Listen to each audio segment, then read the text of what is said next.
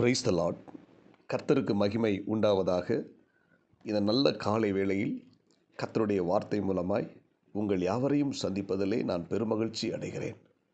2 தீமோத்தேயின் புத்தகம் 2ஆம் அதிகாரம் 15ஆம் வசனம் சொல்லுகிறது, உன்னை தேவனுக்கு முன்பாக உத்தமனாக நிறுத்தும்படி ஜாக்கிரதையாயிரு என்று சொல்லுகிறார். அப்போஸ்தலனாகிய பவுல் தன்னை பின்பற்றின சீஷன் தீமோத்தேயுவுக்கு சொல்லும்போது, உன்னை தேவனுக்கு முன்பாக உத்தமனாக நிறுத்தும்படி ஜாக்கிரதையாயிரு என்று சொல்லுகிறார். இந்த இறைவார்த்தை கேட்கிற தேவனுடைய பிள்ளைகளே, பவுல் தீமோத்தேயுக்கு சொன்ன அந்த வார்த்தையை இன்றைக்கு காலை நேரத்தில் நான் உங்களுக்கு சொல்லுகிறேன்.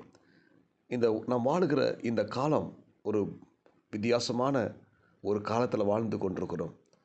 எங்கு பார்த்தாலும் பாவங்கள் நிறைந்த ஒரு உலகத்தில் வாழ்ந்து கொண்டிருக்கிறோம். இப்படிப்பட்ட இந்த உலகத்தில் வாழ்ந்து கொண்டிருக்கிற நம்மை தேவன் உன்னிப்பாக கவனித்து கொண்டிருக்கிறார், நம்மை பார்த்து கொண்டிருக்கிறார் என்பதை நாம் ஒருபோதும் மறந்துவிடக்கூடாது. ஆமென். எனவே நாம் ஒவ்வொரு நாளும் தேவனுக்கு முன்பதாக நாம் ஒரு உத்தமனாக நம்மை நிறுத்துவதற்கு நம்ம ஒரு ஜாக்கிரதையாக இருக்கிற ஒரு தேவனுடைய பிள்ளைகளாக நம்ம இருக்க வேண்டும். ஒவ்வொரு நாளும் நாம் உத்தமனாக வாழ வேண்டும். வேதம் சொல்லுகிறது, உத்தமனுக்கு கர்த்தர் துணை என்று சொல்லுகிறது. எனவே உத்தமனாக நாம் நடப்போமானால் நம்ம கர்த்தர் துணையாக இருந்து நம்மையும் நம்முடைய சந்ததிகளையும் நம்முடைய குடும்பத்தினரையும் ஆண்டவர் பாதுகாத்து ஆஸ்வதிக்க வல்லமையுள்ளவராக இருக்கிறார். யோபுடைய வாழ்க்கையில் பாருங்கள், அந்த யோபு உத்தமனாக வாழ்ந்து கொண்டிருக்கிறார். கர்த்தரே சாட்சி கொடுக்கிற அளவுக்கு அந்த யோபு ஒரு நல்ல ஒரு பரிசுத்தமான நீதிமானாக உத்தமனாக வாழ்ந்து வந்தார். ஆனால் இந்த யோபு எப்படியாவது தேவனை விட்டு விலக்க வேண்டும், அவன் உத்தமமாக வாழ்ந்து கொண்டிருக்கிறானே, இந்த உத்தமமான வாழ்க்கையை கெடுத்து அவனை தேவனை விட்டு பிரிக்க வேண்டும் என்று சொல்லி சத்துரு அந்த யோபுவை கவனித்து கொண்டிருக்கிறான். ஆனால் அந்த யோபுடைய வீட்டை சுற்றிலும் கர்த்தருடைய வேலை அடைப்பு இருக்கிறது. சாத்தானால் யோபுடைய வீட்டுக்குள்ளே போக முடியலை, யோபு நெருங்க முடியலை. காரணம் என்னென்னா, அந்த யோபு வீட்டை சுற்றிலும் கர்த்தருடைய வேலை அடைப்பு இருந்தது. அன்புக்குரிய தேவனுடைய பிள்ளைகளே, அந்த யோபு உத்தமனாக வாழ்ந்தபடினால் ஆண்டவர் யோபையும் அவன் வீட்டையும் அவனுக்கு உண்டான எல்லாவற்றையும் வேலையடைத்து பாதுகாத்து கொண்டிருந்தார். அன்புக்குரிய தேவனுடைய பிள்ளைகளை, நாமும் கர்த்தருக்கு முன்பதாக நம்ம உத்தமமாக வாழும் பொழுது நம்மையும் நம்முடைய குடும்பத்தை நம்முடைய வீட்டை சுற்றிலும் கர்த்தர் வேலையடைத்து நம்முடைய குடும்பத்தை பாதுகாக்க வல்லமுள்ளவராக இருக்கிறார். பாருங்கள், எவ்வளோ ஒரு ஆச்சரியமான ஒரு செயல்.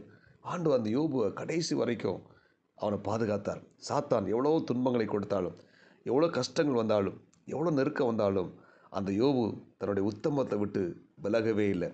அந்த உத்தமத்தில் உறுதியாக இருந்தான் என்று சொல்லி வேதம் சொல்லுகிறது. அன்புக்குரிய தேவனுடைய பிள்ளைகளே, எவ்வளோ கஷ்டங்கள் வந்தாலும், எவ்வளோ நெருக்கம் வந்தாலும், எவ்வளோ துன்பம் வந்தாலும், எவ்வளோ பிரச்சனைகள் வந்தாலும் அந்த உத்தமத்தை விட்டு விலகாமல் நம்ம உறுதியாக இருப்போமானால் நம்மை கர்த்தர் பன்மடங்கு ஆஸ்வதிக்க போதுமானவராக இருக்கிறார்.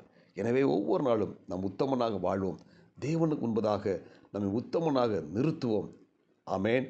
ஏனென்றால் நம்முடைய ஆண்டவர் இயேசு கிறிஸ்து அதிசீக்கிரமாக இந்த பூமிக்கு வரப்போகிறார். இந்த பூமிக்கு வரும்போது நாம் ஒவ்வொருத்தரும் உத்தமனாக இருக்கும் பொழுது நம்மை அவர் தம்முடைய ராஜ்யத்தில் எடுத்துக்கொள்வார், அந்த பரலோக ராஜ்யத்தில் எடுத்துக்கொள்வார். எனவே இந்த இறைவார்த்தை கேட்கிற நாம் ஒவ்வொருத்தரும் உத்தமனாக வாழ நம்மை அர்ப்பணிப்போம். வேதம் சொல்லுகிறது, உத்தமமாய் நடக்கிறவன் பத்திரமாய் நடக்கிறான். அல்லேலூயா. இந்த உலகத்தில் பார்த்திங்கன்னா பயங்கரமான ஒரு வித்தியாசமான ஒரு காலகட்டத்தில் வாழ்ந்து கொண்டிருக்கிறோம்.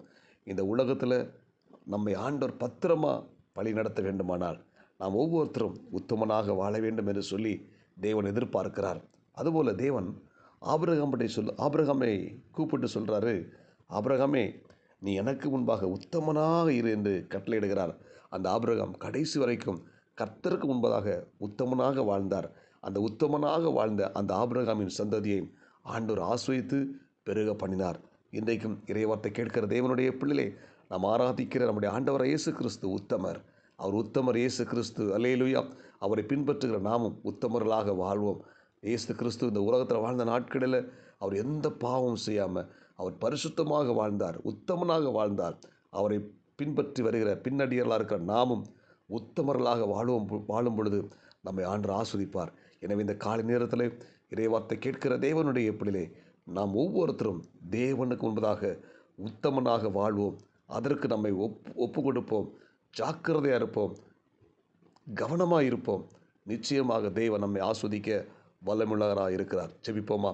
பரலோக தேவனே, இந்த இறைவார்த்தை கேட்ட ஒவ்வொரு தேவனுடைய பிள்ளைகளும் கர்த்தர் ஆஸ்வதிங்கப்பா. ஒவ்வொருத்தரும் ஆண்டவரே தங்களை தேவனுக்கு முன்பதாக உத்தமனாக நிறுத்தும்படி ஜாக்கிரதையாக இருக்க உதவி செய்வீராக. இந்த இறைவார்த்தை கேட்ட ஒவ்வொரு பிள்ளைகளையும் கர்த்தர் ஆஸ்வதிங்க. இந்த நாளுக்குரிய கிருபை கொடுங்க.